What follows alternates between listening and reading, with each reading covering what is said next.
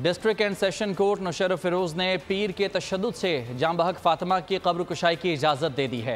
अदालत ने सिविल जज कंडियारों को मजिस्ट्रेट मुकर्रर किया है कि मां ने कहा है कि पीर सैयद फयाज बड़ा बाअसर है, वो लाश निकाल कर गायब करवा देता है, इसलिए पुलिस ने वहां पर पिकेट कायम कर दी है। बाकी बच्चियां सैयद फयाज की हवेली में कैद हैं, उनको भी फौरी तौर पर बाजियाब करवाया जाए। आप लोग इस मुल्क पाकिस्तान में आजाद है।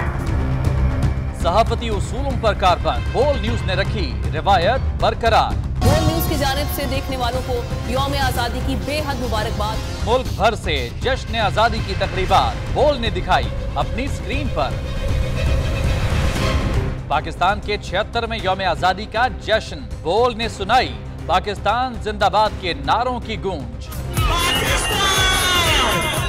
बोल की सबसे बड़ी ट्रांसमिशन में पाकिस्तान का नाम रोशन करने वालों ने दिए कौम को पैगामात। बेपनाह मुश्किलात का सामना करके इस मुल्क को हासिल किया। आज़ाद कौमों को बहुत सी कुर्बानियाँ देनी पड़ती हैं। 76 वालियों में आज़ादी का दिन जोश खरोश के साथ मनाया, क्योंकि जिंदाबाद पाकिस्तान ये है बोल की पहचान।